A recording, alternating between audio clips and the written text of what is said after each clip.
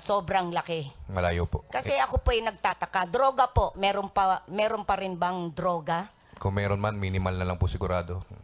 Naiwanan na lang po doon nung nakaraan. So meron pa rin. Saan po yung director ng Bucor ngayon, OIC? Ano pong pangalan nila? Okay, Director Asuncion. Ang tanong ko po, konti na, at least ako po ay nagagalak dahil ang ating pong Pangulo, at least ginagawa po niya lahat ng paraan para mapabuti ang ating NBP. Ngayon ako po ay nagtataka, ano po ba ang nangyari dito sa riot na naganap sa ating NBP? The investigation is still going on, Your Honor, and it is being handled by the CIDG, Your Honor. Kasi po, siyempre, sabi nga ni JB, napakalaki ho ang pagbabago. Pero ako rin po ay nagtataka, ba't po tayo nagkaroon ng riot na hanggang ngayon, although sabihin na natin minimal na gaya nga ng sinabi ni JB Sebastian.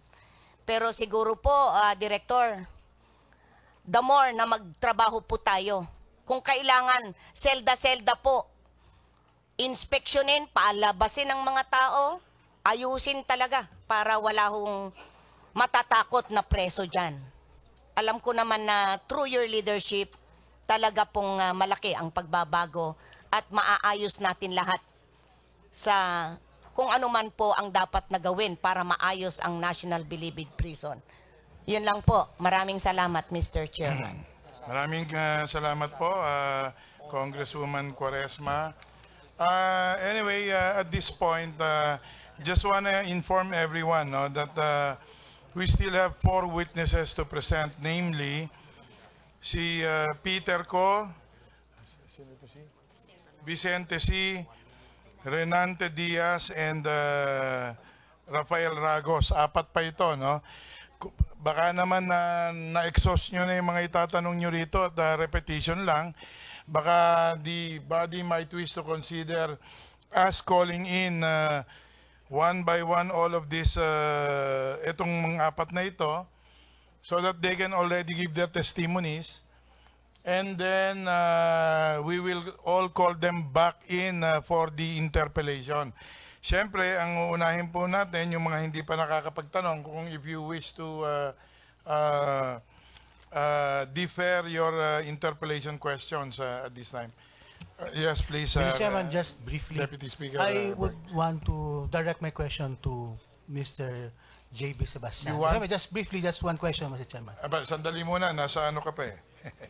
Number, panghuli ka eh. Hindi pa natin di-discharge, Mr. Chairman, si Mr. Sebastian. Hindi ba? Babalik Not pa yet. naman siya eh. Okay. Just Babalik briefly, pa. just one question, Mr. Chairman. Mamaya, sabay-sabay sila, nandyan lahat. Ano? Well, if the 12 other congressmen will yield, I don't have Mr. a problem Chairman, with that. Mr. Pero Chairman, anyway, I Sige. myself, I differ. I myself, I You- differ. I differ. defer na tayo, so tawagin na I natin myself. yung Mr. Chair, ako po ba yung next? kung... Pwedeng isang question lang kay You. JB Sebastian. Sige po. Sige, time mo talaga ito. Sige, you are recognized. Follow up lang sa nag-question before. JB, sinabi mo kasi dito sa number 35 na testimony mo na paglilikumin din pala ako ng pondo para sa eleksyon ni Secretary De Lima. Tanong ko lang, sino yung nagsasabi kung paano maglikom ng pondo? Ikaw or yung side nila Secretary De Lima? Kung paano maglikom ng pondo? As to paano, hindi na po in-specify. Pero nakatanggap po ako ng instruction na dahil nga daw, ako naman ang naiwan, tulungan ko sila mag-fundraising sa darating na eleksyon para kay Secretary De Lima. Sinong nagbigay ng instruction Si po? Junel Sanchez po. Di ba nagkakausap kayo ni Secretary De Lima pero si Jonel yung nag-instruction? Yes, ma'am. Paano mo nalaman na utos yun ni Secretary De Lima? Si Jonel yung nagsabi. Yung first payment ko po, o yung unang pagbibigay ko ng 2 million, na-confirm ko na si Secretary de Lima talaga. So Kasi na-confirm mo? through a call, sinabi sa akin ng Junel, pare, may kakausap sa'yo, naka-loudspeaker ka. Narinig ko po yung boses ni Secretary de Lima. Sa call lang na-confirm. Yes, ma'am. Yes, sir. Junel, anong sagot mo dyan? Ma'am, una sa lahat, nung election period, ma'am, wala na po ako kay secretary. Paano mangyayari yun, ma'am? Anong year ka na alis kay Secretary? May, ma'am, 2015. Wala na po ako doon. Kailan yung sinabi mo na nagpalilikumin ka? Di ba 2013 pa yon? Hindi po, Your Honor. Kailan yon? 2014, after the NBA raid. 2014 December. Yes, Your Honor. Andun ka pa 2014 pa. Pero ma'am, wala po akong ganong instruction, ma'am. Thank you, Mr. Chair. Mamaya na yung ibang tanong ko sa next. Okay, so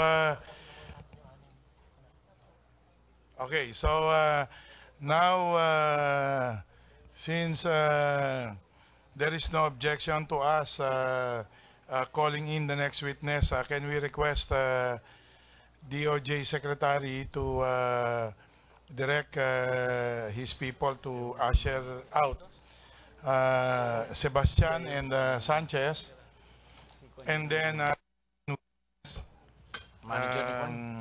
sino to? Si Ko, Peter Ko.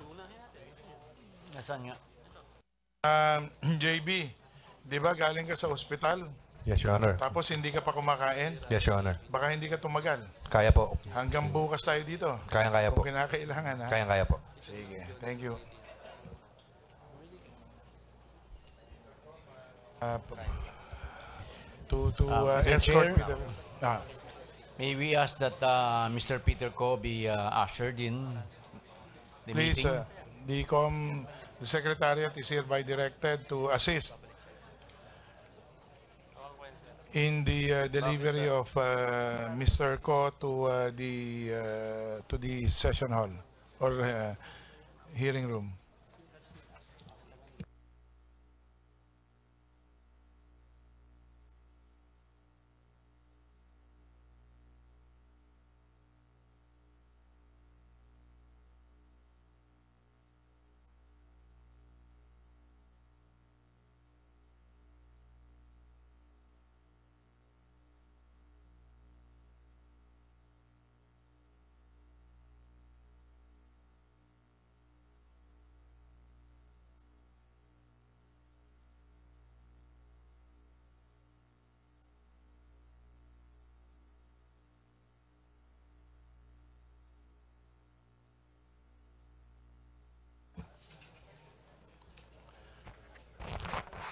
Again, announcement to the members of the committee and those present in today's hearing.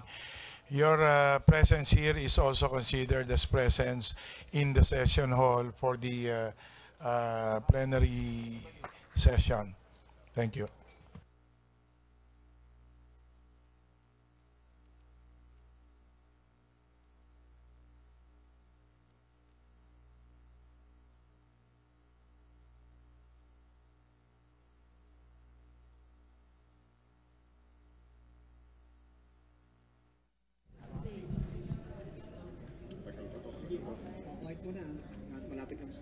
Matapos ang mahaba-habang pagtatanong dito kay JB Sebastian ay tatawagin na ngayon ni DOJ Secretary Vitaliano Aguirre ang ilan pa sa mga witnesses na kinabibilangan ni Peter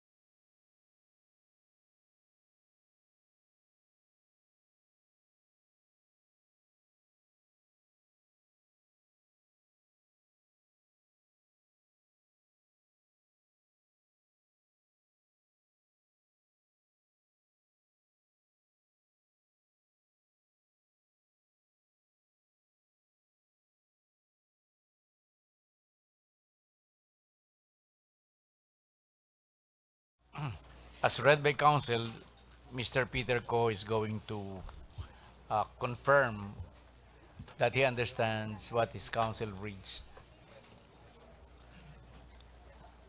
Any objection to that from the members?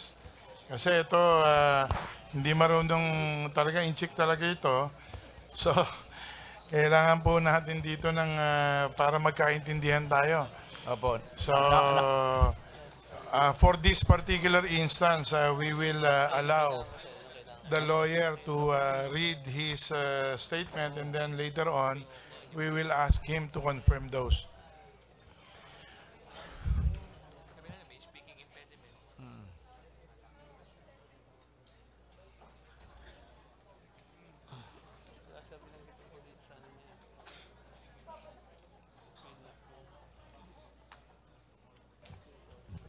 Check. We start with yung immunity. With Yung immunity, di ba? Immunity, Yung opo. immunity, and then the marking, and then the reading. Magandang umaga, Luzon, Visayas at Mindanao.